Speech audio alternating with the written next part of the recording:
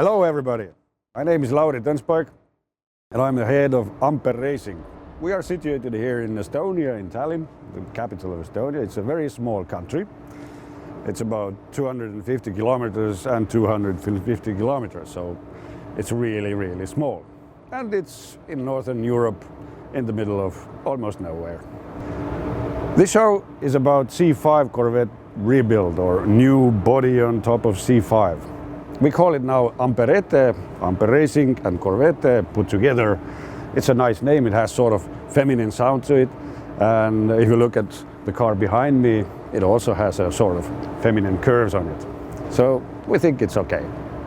Maybe we could think of a better name, but it doesn't really matter. It's not about the name, it's about the car. It's about the design. This build all started from this car, a C5 Corvette from 1980. We built this car about 10 years.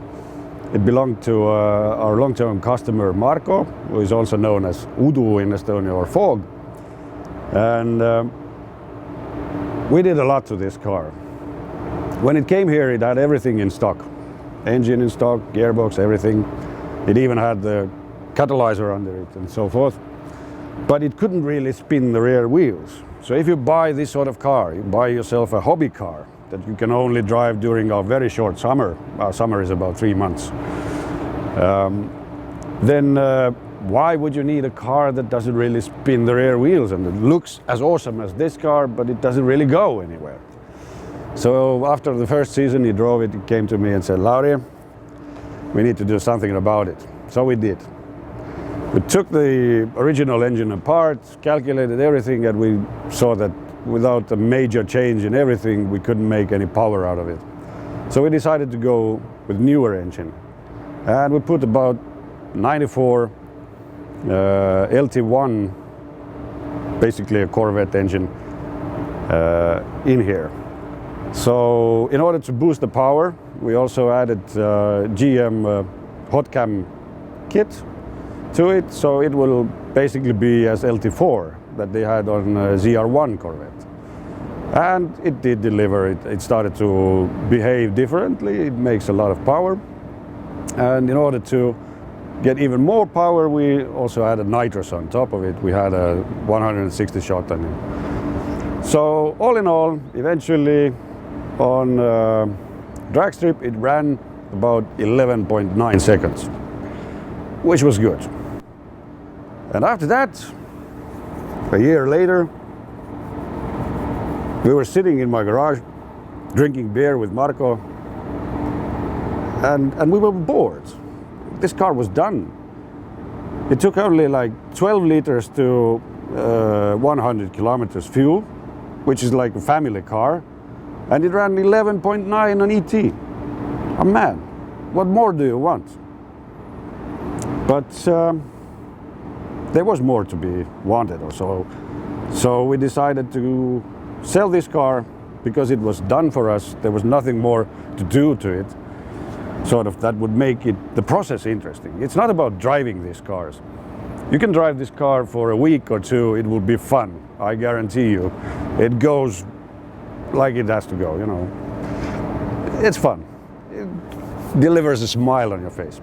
But you get tired, and you don't want to drive this every day, because one day you have a bit of a hangover, it's raining and everything, and then it's like slippery all around, and you have to be like, oh, I feel bad already, but this is even getting worse, you know? So all in all, we decided to do something different. Not so much power anymore, but something more original. When Marko bought this car, brought it to Estonia, it was like one of the 5 C5 Corvettes in here, so it was exclusive. And that was a good feeling, you know. We went to a car show, it was the only one there. Everybody came up to him and said, hey man, look at your car, this is awesome. And this feeling is good, you know. It's better than when you're, you know, flying into a police radar with 200 kilometers per hour in city. So we decided to make a new body that would be exclusive. So we would get that emotion out of a very good car. Therefore, we had to pick how to do that. And eventually, as this is like OBD 1.5 car, being a 94 LT1, we knew that now we want to go with OBD2 because it's a current protocol for all computers, and it makes it easy to have, you know, gauges on iPad or so to check what's wrong with the engine on a phone, whatever. So 97 was pretty much, 96 was the limit under which we wouldn't go technically. So a 97 C5 Corvette, gearbox and rear axle, engine in front, really good balance, excellent car technically. It was a very logical choice, and these cars come cheap right now. So in order to buy this car, we went to salvagebeat.com or some site like that, and bought a crashed car. First of all, of course, we wanted to know that what's the state of this car. When it arrived here, we had to determine what's really the logical thing to do. Is it maybe worth saving this car and putting it all back together, doing all the plastic works, and or buying new stuff? And because it had scratches and dents and broken parts almost everywhere, like front fenders, the nose, the rear, everything was broken except for the hood. Therefore, we decided that it's not feasible. We calculated it, and rebuilding that car would have cost more than its current market value. Therefore, we have no guilt on our conscience. We are guilt-free. We are actually saving this car by building a new body on top of it, and we are doing a good thing. So welcome to our garage. Our garage is always full of all sorts of stuff. You can see a formula from the 70s here that we are repairing for Russians. Actually, this formula was made in Estonia. Actually, most of the Soviet formulas were made in Estonia. There were about 1,300 of them made. And about 50 years, or the whole Soviet Union racing was raced mostly with Estonia cars. This is Estonia 16. It had a Moskvich engine that was basically a stolen design from wartime, World War II BMW engine. So it had like 1,500 cubic centimeters engine, and it went quite fast, but it's the 70s. So we have to completely rebuild the car. It has to be turnkey, but it has to be also nice. So here we can see, this is the clay model that we started with the Amperette project. We have worked a lot of hours, I don't know, hundreds of hours on that. But we did not get, because we took some drawings from internet, how the shape of the car is, but we did not get exactly the right drawings, and the scale of it is not quite exact. So when we started to build the steel body, then it came to our attention that we have to build the body on top of the car, because all the details are there, the glasses and everything, and you have to just get it right on top of the car. Here you can see there's a nose part from Lotus car. It's actually an Opel Speedster, but it's genuine Lotus, just an Opel engine in it. We need to get that fixed. And we need to get actually quite many projects done before we can actually start building the Amperette in June. So there are many things in here. There are lots of formulas, like there's a formula, and there is a formula. That's a Reynard, actually, made in England. That's in Estonia. And there are several bars for these in the shells and everywhere. So, but come this way. Let's see other places that we have here. Yeah. So this is a man cave. It's not just a garage. Everything goes on in here. We drink a lot, and we have our good time here as well. And we have a recreation area, sort of. You know, one would maybe imagine that we have these sort of bikes, or we're running here. We're not so much into that. There's a little bit of studio equipment here. This is where I do my music. I like to compose and record some stuff. And this is the band room. At Friday night, sometimes we gather here with our team and band, and we just play, rock out, you know. There's nothing better to actually relieve stress than to rock, you know, to play your guitar hard with hard drives and everything, and to shout it out loud, and it really helps after a stressful week. And it doesn't really end here, because we also build guitars. Juice here, he likes to build guitars. It's okay building cars, but he likes to build guitars instead. So this bass guitar here was built by Juice, you know, everything. It's sort of one-piece body through neck, or neck through body, actually is the term. It's been glued together with several parts and all finished here. This one I built for my son when he was actually about 7 years old or so. I asked him that, do you want to have an electric guitar? You know, maybe you want to be a rocker as well, like your dad. And then he said, yeah, I would like them. Let's go to the shop then and see what do you like, you know. No, I want a bat guitar. So you want a bat guitar, but there is no bat guitar in the world you can buy, you know. So I built him a bat guitar.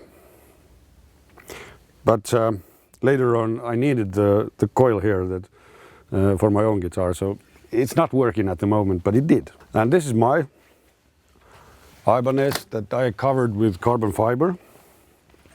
And it actually, the carbon fiber gives a lot of more sustain, a lot of high end to the sound. So it's really good for the sound, but it's also very cool. And if you play in a garage where there are formulas, you know, made carbon fiber cars and everything, then you have to have a carbon fiber top guitar. Much better than flames, you know. So this is where we make our money, sort of. At least so much that we can keep functioning and eating. And this car here is probably the fastest street car in the Soviet Union in 1976, or the whole later half of the 70s. It was built in Estonia by just a guy or a bunch of guys. There were 5 of these bodies made. It's a custom body, and only 3 of these cars were street legal, were driving around. And this is a car that was not supposed to be in existence. By that time, in 75, if you built your own car, or your own body sort of, the maximum engine capacity that you could have was 900 cubic centimeters. But this car had 1,200, so they would not register this car. So he was driving around with wrong number plates. And the guy that built this, Artemus, he was also working in militia. So one day, Minister of Internal Affairs sees him driving this car and says, I want to see your car. What's this, you know? And he wanted to sit in the car, but this guy was like 2 meters long and really wide. So he couldn't fit in the car. But anyway, he liked the car, and then Artur told him that I have a little bit of a problem here, that I cannot register this car properly. And the minister said, okay, I'll write you a letter. So he wrote to the car registry that because this car could be used in militia operations, please register it. And they did. So this is a car that never was. And officially, Artur could not give interviews about his car or advertise it in newspapers or magazines or anything. It was a secret that he could not talk about it, how it was actually registered by that time. It's okay to talk about it right now, 40 years later, but it was not a good tone during Soviet time. And also these sort of cooperatives, sort of companies that people gathered and decided that, oh, hey, let's make 5 cars, and everybody gets a car, and after that, you know, we split the molds and everybody gets a piece of the mold, so nobody can make any of them anymore. Also, these things were not really common or allowed. It was a bad thing. So It's just a car that would not have been permitted to be built, and therefore nobody knows about it. But we actually have all 3 cars here, and we're restoring all of them and probably selling at least one of them to do that. So this sort of thing. The fastest car in the Soviet Union, 195 kilometers per hour maximum speed, because it was so aerodynamic. When this car arrived here, it was a huge load of crap. And I've already promised to the customer that we're gonna do this car, but when it arrived, I was actually like, hey, take it back. But it was built by my friend's father. So it was really difficult. If I'm not gonna do this, nobody will. And therefore, we're doing this. And it's been like, it's gonna be like almost 3 years when they actually drive around. But I think it's worth it. It's a really, really historical car for Estonians and maybe even the whole population of Soviet Union, you know, and maybe for somebody else. So this here is Bert. He's a master designer and a good painter. So he paints cars, preparation, everything, but he also has a really good eye and a really steady hand. He draws a lot of nice pictures and drew for Amperette. Yeah. So Estonia is actually in the middle of fucking nowhere, and we don't even show up in the global maps, you know, it's such a small country. But here we have a new recruit to us, and we're gonna do a job interview right in front of the camera right now. So you come from the States. Tell us, what's your name? Xavier. Xavier. Xavier. Xavier. Yes. Okay, let me get that right. I've answered the worst. Xavier. Yes. All right. So tell us a little bit about yourself. Well, I spent some time in the collision industry. Collision industry. Yeah, I was a detailer for a body shop in America. All right. And I was the last person to really put my hands on the car before the customer would pick it up. So you're good with sanding. Sanding, polishing. Sanding is the key to everything. Absolutely. If you want to make something. Your prep work makes the final product. Yeah, that's true, that's true. How did you end up in Estonia? I fell in love. You fell in love? I did. And I followed my heart all the way here. This is my 3rd time in the country. Okay. Now I have a son born in Estonia. Starting a life. Damn. It's a long way from your home. Where are you from Originally, I was born in Florida. Okay, on so it's sandy a nice beaches, climate. I'm getting the palm feeling. trees. Yeah, palm trees, yeah. I found my way into the Arctic tundra. All right. I landed here in January. The temperature was approximately -25. Yeah, it happens. It does. You get used to it.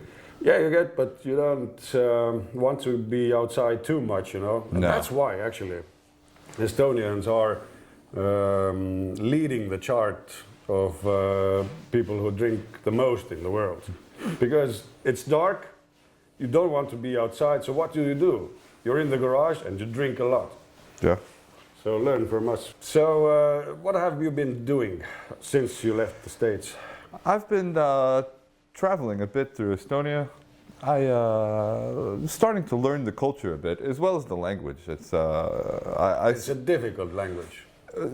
One of the 5th hardest languages in the world. Yeah. There's 1,600. There's only like 800,000 people who can speak that language. Yes. So it's really not that important.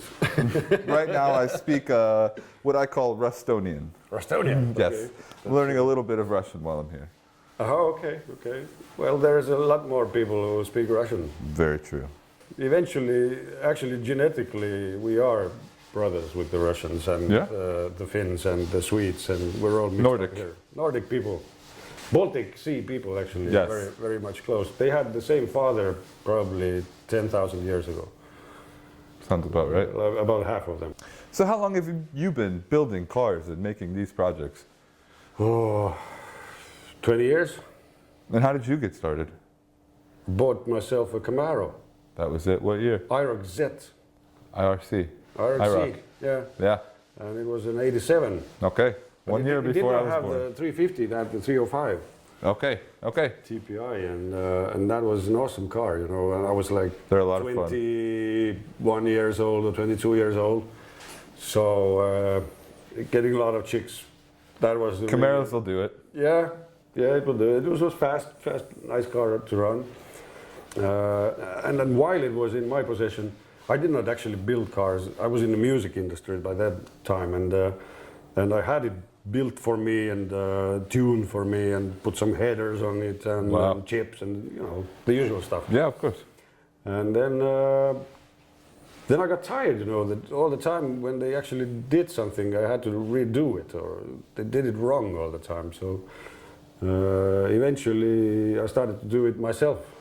And then back in '98, I had a Corvette by that time, C4, and had a dispute. We were drinking vodka in the sauna, of course. Of course. During the summertime, actually. Estonians are funny people, you know. Even in the summertime, they actually go to a little room, heat it up to 100 degrees Celsius, you know, and sit there and, you know, take the pain, and then they go and drink beer and vodka. And the dispute was with the son of this guy who actually built that car. Okay. He had bought a Formula car, Estonia 21, which had a Lada engine in it. Oh. And I had a Corvette, and we started arguing that my Corvette is, of course, 8 times faster than your Formula. And he was like, fuck you, man, come to the track. And so we did. A couple of days later, we were at the track, and I was there with my Corvette, and he was there with the Formula, and, you know, I did a lap, and they clocked it, you know, it was like 1:15 or 17 or something like that. And he did the lap, and it was like 59 seconds. Wow. Then it was like, damn, the difference is so big, you know. Yeah. Even the acceleration on that Lada engine Formula is better than the Corvette, you know. Which is surprising. Yeah. But braking and turning into a corner is definitely, the speeds are like so worlds apart. And then I sold everything. I sold Corvette and Camaro and everything, and then we started racing formulas. That's excellent. That's excellent. And did that for many years, and then a couple of saloon cars. Racing has been my life since '98. So this year I'm holding back, not going to the track anymore, and I want to build that car. The best thing about racing is you learn a lot. If you do a mistake putting your engine together, it will blow up. Of course. If you do a mistake tightening the nuts on the Formula car, it will fall apart. Mm-hmm. So you pay dearly for your mistakes, and it can even cost lives, you know. And that's where attention to detail comes in. Yes, yes. And of course, technical knowledge that you learn when you have to do the whole car. You have to do your own engine because there is nobody to do it for you. We're living in Estonia, you know, it's not a big market, so there are only a couple of engine builders who are capable of doing such things, and then, you know, the season starts and you don't have it. You pay the guy and you wait for it, you wait, there's the next race, and next race you don't have it, so you're already sitting out half the season. Yeah, so you have to do it yourself. Right. Because you have the timeline, and if you don't get to the starting line by the right time, if the start is at 2 o'clock and you're there 2:15, you're late. Yeah, you missed it. It's all over. Everybody's going home already, you know. Yeah. So therefore, it has taught a lot, and we did it all by ourselves. So you can sand, and we have some prep work to do actually there. I see this. He's working. As you can hear, Bert is already standing that Aiar car. So where do you want to start? I can pick a fender, a side of the car, and start working some sandpaper or some grit. Okay, so you're ready to start right now? Yeah, I can come back tomorrow. It's entirely up to you. You can start right now. I have no problem with that. It's even better. We need to get that car done, because then we actually can kick it out. It will most likely go to Latvia actually for interior works. So and actually then we have the time to build the Amperette. because if this doesn't move out, we can't. We can't start this. No. Okay. We need room because there is no room. It's all filled with crap. But these are valuable tools. And there is a lot of crap here as well. Car parts, body parts, everything, you know. And the body parts are big. They take a lot of space. They do. So we need to get it done. So what's your deadline for this car? A couple of years ago. Okay. Yesterday. Yesterday was already too late. Okay. Now, we want to see this car running this year. Very good. Summer is short, and so if we can get it out in May to get all the interiors done, we need to paint it at least twice. Okay. First one we paint, then we take the molds, because we have 2 more of these. Okay. They were all 3 were slightly different shapes, because one guy was taller than the other, so he lifted the body a little bit from the floor. So it was a higher car and so forth. But as we have worked so much in getting the shape right on the old glass fiber body, it's no point of doing it again. Much more simpler to just take the molds, make a new body, and make that car alive again. And it will actually keep that shape. Yes. With this old fiberglass having a lot of everything in it, a lot of cuts, a lot of, you know, it might start move again under the sun, under the heat. Yeah. It will take a different shape. So of course. We need to make them nice and shiny and permanent. Yeah. Well, if you get to this point that we are right now here, thanks for watching, because it has been already quite a long time that we've been talking here. So in next episode, we're going to talk some more about the Amperette bodybuilding and the shapes and everything, the philosophy of that.